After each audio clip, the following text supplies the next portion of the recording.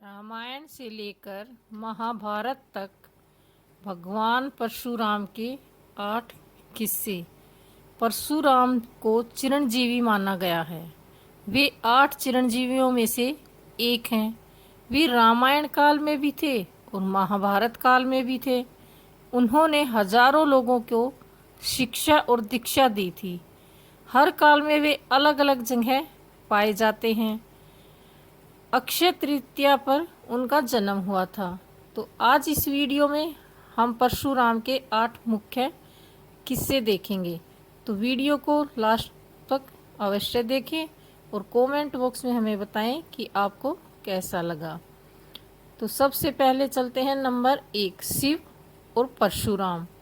परशुराम को शास्त्रों की शिक्षा दादा रचिक पिता जमदग्नि तथा शस्त्र चलाने की शिक्षा अपने पिता के मामा राजश्री विश्वामित्र और भगवान शंकर से प्राप्त हुई। उन्हें भगवान शिव ने फरसा नामक शस्त्र प्रदान किया। पुराणों के अनुसार भगवान शिव ने परशुराम जी को अधर्म को नष्ट करने के लिए एक दिव्य फरसा भारगवस्त्र प्रदान दिया था। इससे फरसे में उन्होंने 36 बार हड्यवंशीय क्षत्रिय राजाओं का वध किया था। कहते हैं कि उन्होंने 21 अभियानों में हड्यवंशी 64 राजवंशों का नाश किया था। नंबर 2, परशुराम और गणेश जी। सतयुग में जब एक बार गणेश जी ने परशुराम शिव दर्शन से रोक लिया तो रुष्ट परशुराम ने उन पर परशु प्रहार कर दिया, जिससे गणेश का एक दांत नष्ट हो गया और वो एक दंत कहलाए। नंबर 3, परशुराम और हनुमान। एक बार अपनी शरण में आए एक निर्दोष क्षत्रिय को बचाने के लिए हनुमान जी ने परशुराम से भयंकर युद्ध किया था। तभी हनुमान ने परशुराम जी के सिर पर गदा से वार किया था और परशुराम जी बेहोश हो गए थे। यह देखकर भगवान शिव प्रकट हुए और उन्होंने इस युद्ध को रोकने के लिए कहा। नंबर 4, परशुराम और सशस्त्र बहु। परशुराम राम के समय में हड्यवंशीय क्षत्रिय राजाओं का अत्याचार था। भार्गव और हड्यवंशीय की पुरानी दुश्मनी चली आ रही थी।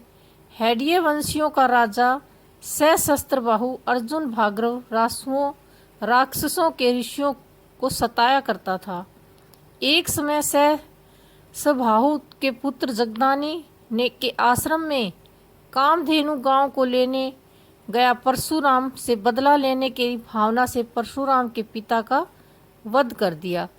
परशुराम की मां रेणुका पति की हत्या से विचलित होकर उनकी चितांगनी में प्रविष्ट होकर सती हो गई।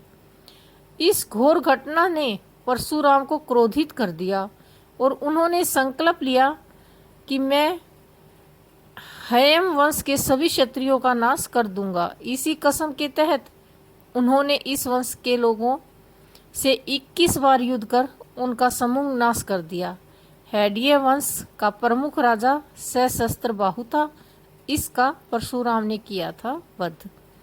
नंबर 5, परशुराम और श्री राम। जब श्री राम ने शिव जी का धनुष तोड़ दिया था तब परशुराम जी क्रोधित होकर वहां आ धमके, परंतु उन्होंने श्री राम में विष्णु जी के दर्शन हुए और उस समय विश्वामित्र ने भी उन्हें बताया था कि आपके अवतार रहने का समय समाप्त हो चुका है और अब आप विष्णु जी स्वयं श्री प्रभु जी के रूप में राम हैं। तब परशुराम जी ने राम जी को कोदंड नाम का धनुष दिया था।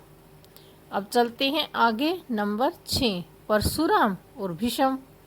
सत्यवती के गर्भ में से महाराजा शांतनु को चित्रागद और विचित्रवीर्य नाम के 2 पुत्र हुए। शांतनु की मृत्यु के बाद चित्रागंध भी एक युद्ध में मारा गया। तब भीष्म बालक विचित्रवीर्य को सिंहासन पर बैठाकर खुद राजकार्य देखने लगे। विचित्रवीर्य के युवा होने पर भीष्म ने बलपूर्वक काशीराज की 3 पुत्रियों का हरण किया, लेकिन उसमें से एक बड़ी राजकुमारी अम्बा को छोड़कर गया क्योंकि वह साल्वा राज किसको चाहती थी। अन्य दोनों अम्बिलिका और अंबिका का विवाह विचित्रवीर्य के साथ कर दिया गया। अम्बा को जब यह साल्वा राज ने नहीं अपनाया तो उसने परशुराम से शिकायत की।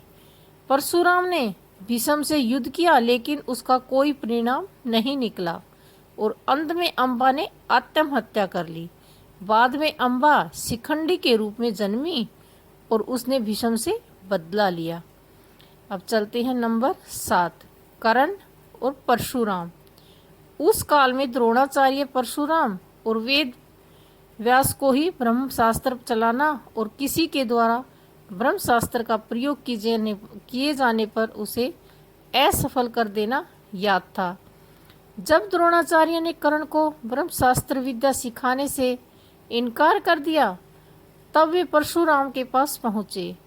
परशुराम ने प्रण लिया था कि वे इस विद्या को किसी ब्राह्मण को ही सिखाएंगे क्योंकि इस विद्या के दुरुपयोग का खतरा बढ़ गया था। कर्ण यह सीखना चाहता था। उसने परशुराम के पास पहुंचकर खुद को ब्राह्मण का पुत्र बताया और उसने यह विद्या सीख ली। बाद में इस छल का परशुराम जी को पता चला तो उन्होंने कर्ण को श्राप दिया कि जब तुझे इस विद्या की सबसे ज़्यादा ज़रूरत होगी तब तू इसे भूल जाएगा। नंबर 8, परशुराम और श्री कृष्ण। महाभारत के काल में परशुराम जी दक्षिण भारत में गोमातक पर्वत के आगे कहीं आश्रम में रहते थे। जरासंध के आक्रमण के चलते एक बार श्री कृष्ण दक्षिण में चले गए।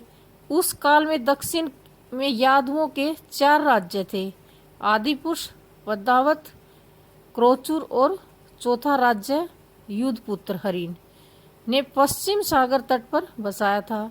पद्मावत राज्य में वैश्या नदी के तट पर भगवान परशुराम निवास करते थे। श्री कृष्ण ने उन्हें वहीं उसके आश्रम में मुलाकात की तो परशुराम ने उन्हें सुदर्शन चक्र भेंट करके कहा कि यह तुम्हारा ही अस्त्र है। तो आज की ये 8 किस्से परशुराम के आपको कैसे लगे हमें कमेंट बॉक्स में अवश्य बताएं और ऐसी ही ज्ञानवर्धक कहानियाँ सुनने के लिए हमारे चैनल को सब्सक्राइब अवश्य करें। बेल घंटी को प्रेस करना ना भूलें ताकि आने वाली वीडियो के नोटिफिकेशन आपको सबसे पहले मिले। तो आज बस इतना ही।